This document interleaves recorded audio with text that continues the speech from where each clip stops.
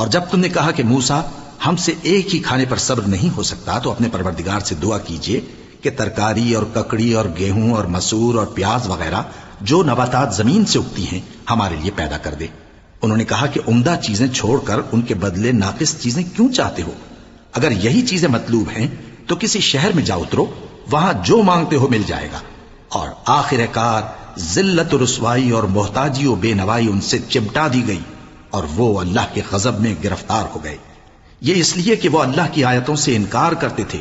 اور اس کے نبیوں کو ناحق قتل کر دیتے تھے، یعنی اس لیے کہ نافرمانی کیے جاتے اور حد سے بڑھے جاتے تھے۔ جو لوگ مسلمان ہیں یا یہودی یا عیسائی یا ستارہ پرست، یعنی کوئی شخص کسی قوم و مذہب کا ہو، جو اللہ اور روز قیامت پر ایمان لائے گا اور عمل نیک کرے گا تو ایسے لوگوں کو ان کے اعمال کا صلہ اللہ کے ہاں ملے گا، اور قیامت کے دن ان کو نہ کسی طرح کا خوف ہوگا اور نہ